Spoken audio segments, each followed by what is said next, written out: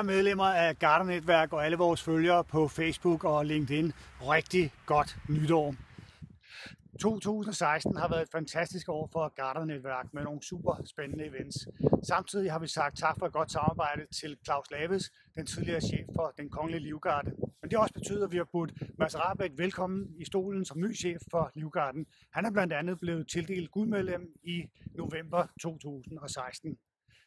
Men der skal bestemt også lyde en stor tak til Flemming Rytter, præsident for de danske gartnerforeninger. Det samarbejde, vi har opnået i både 2015 og nu i 2016 med de danske gartnerforeninger, har været helt fantastisk.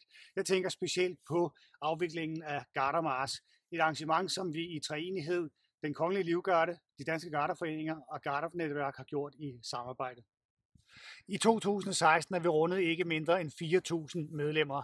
Det er guldmedlemmer, standardmedlemmer og passive medlemmer.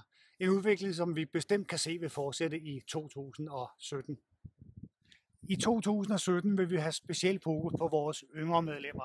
Det betyder, at vi laver særlige arrangementer allerede fra starten af året. Det sker i marts, hvor vi byder velkommen på Livgardens Kaserne. Men vi har også fået udviklet en helt ny app.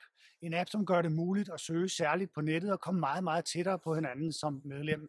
Det betyder også, at du hele tiden er opdateret på, hvad der sker i Gartnernetværk. Så glæd dig til et spændende år i 2017, hvor vi er online. Vi er mere progressive end tidligere, og så er der kun her næsten tilbage at sige rigtig godt nytår.